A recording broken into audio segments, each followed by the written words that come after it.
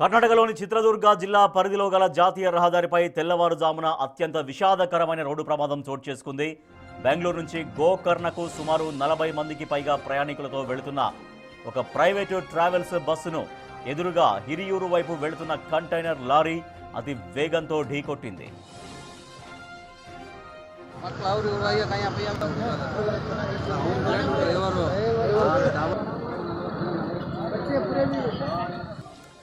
Container lorry driver నిర్లక్ష్యం కారణంగా వాహనం కంట్రోల్ కోల్పోయి డివైడర్ను దాటుకొని అవతలి వైపు వస్తున్న బస్సును బలంగా ఢీకొట్టింది. ఢీకొన్న వెంటనే బస్సులో మంటలు చెలరేగడంతో వాహనం పూర్తిగా దగ్ధమైంది. ఈ ప్రమాదంలో 17 మంది ప్రయాణికులు మృతి చెందగా మరికొంతమంది తీవ్రంగా గాయపడ్డారు. మంటలు వేగంగా వ్యాపించడంతో ప్రయాణికులు బయటకు రావడానికి వీలు లేక లోపలే చిక్కుకుపోయారు. కొందరైతే బయటకు దూకేశారు.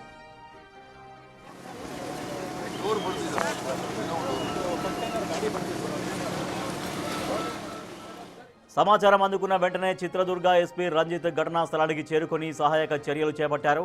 గాయపడ్డ వారిని వెంటనే చికిత్స కోసం సిరా, హిరియూరు ప్రభుత్వ ఆసుపత్రులకు తరలించారు. ప్రస్తుతం రోడ్డుపై ఉన్న బస్సు శకలాల్ని తొలగించి ట్రాఫిక్ని పునరుద్ధరించారు.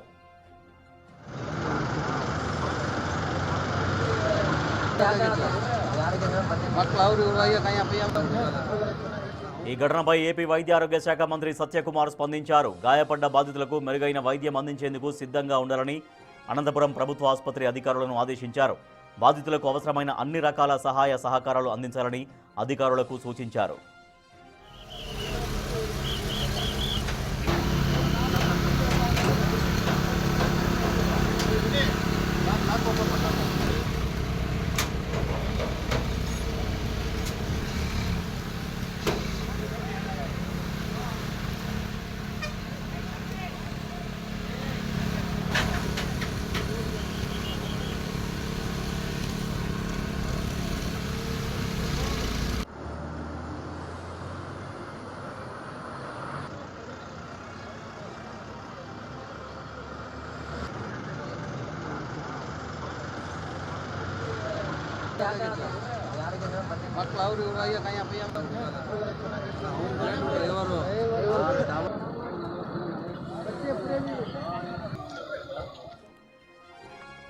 కర్ణాటకలోని చిత్రదుర్గ జిల్లా పరిధిలో గల జాతీయ రహదారిపైన తెల్లవారుజామున అత్యంత విషాదకరమైన రోడ్డు ప్రమాదం జరిగింది.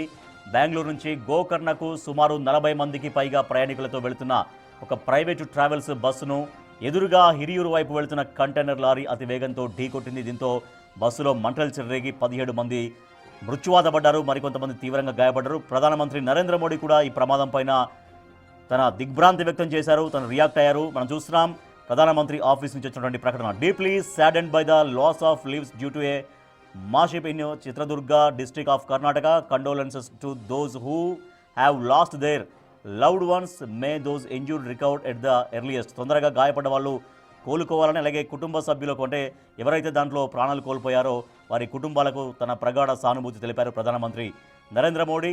ఎక్స్గ్రేషియా ప్రకటించారు. 2 లక్షలు ఫ్రమ్ పిఎం ఆనర్ ఆఫ్ ప్రధానమంత్రి రిలీఫ్ ఫండ్ దగ్గర నుంచి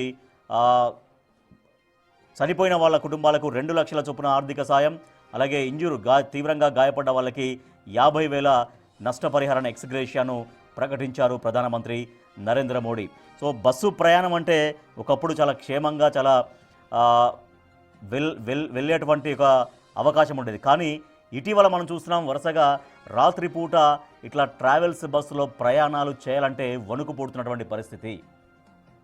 సో బస్సులు ప్రమాదానికి గురవుతున్నాయి. అంటే రాత్రిపూట వెళ్తున్నటువంటి క్రమంలో ఒకవేళ బస్సు డ్రైవర్ అప్రమత్తంగా ఉన్నప్పటికీ కూడా ఎదురుగా ఉన్న వాహనాల డ్రైవర్ అప్రమత్తంగా లేకపోవడంతో, ఎదురుగా ఉన్నటువంటి వాహనాల డ్రైవర్ నిర్లక్ష్యంతో ఇటువంటి ప్రమాదాలు జరుగుతున్నాయి. ఇటీవల మనం చూసాం కర్నూలులో ఘోర బస్సు ప్రమాదం జరిగింది. ఒక యాక్సిడెంట్, అంటే ఒక బైకు ఆ రోడ్డు పైన పడినటువంటి ఆ సందర్భంగా ఆ బస్సు దానిపైన వెళ్ళడం, ఆ బైక్ నుంచి వచ్చినటువంటి ఆ స్పార్క్స్ బస్సుకు అంటుకోవడం, దాంట్లో దాదాపుగా 20కి పైగా మంది సజీవంగా దహనం అయిపోయారు. అంటే బస్సులు రాత్రిపూట బస్సుల్లో ప్రయాణం చెయ్యాలి అంటేనే వణుకు పుడుతున్నటువంటి పరిస్థితి. అసలు ప్రయాణం అనేది సేఫ్గా ఉంటుందా ఉండదా? బస్సు ఎక్కిన దగ్గర నుంచి ఇంతకుముందు బస్సులో ప్రయాణం చేస్తే, నైట్ బస్సులో ప్రయాణం చేస్తే సమయం కలిసి వస్తుంది, నైట్ అంతా హ్యాపీగా పడుకోవచ్చు. తర్వాత అసలు మనకు ప్రయాణం చేసినటువంటి అలసటే తెలియదు, ఆ టైం అంతా మనం సేవ్ చేసుకోవచ్చని జనరల్గా నైట్ లాంగ్ టూర్స్, లాంగ్ ప్రయాణాలు నైట్ ప్లాన్ చేసుకుంటారు. కానీ ఇప్పుడు బస్సు ఎక్కి దగ్గర నుంచి దిగే వరకు ఏ ఒక్క ప్రయాణికుడు కూడా కంటి మీద కునుకు వేయకుండా ఏం జరుగుతుందో, ఎప్పుడు ఏం జరుగుతుందంటూ బిక్కుబిక్కుమంటూ భయంగా ఉంటున్నటువంటి పరిస్థితి. సో ఆ పరిస్థితికి అనుగుణంగానే అనేక ప్రమాదాలు జరుగుతున్నాయి. సో అదే ఇప్పుడు మనం చూస్తున్నటువంటి ఘోర ప్రమాదం. ఈ ప్రమాదంలో 17 మంది సజీవ దహనం అయిపోయారు.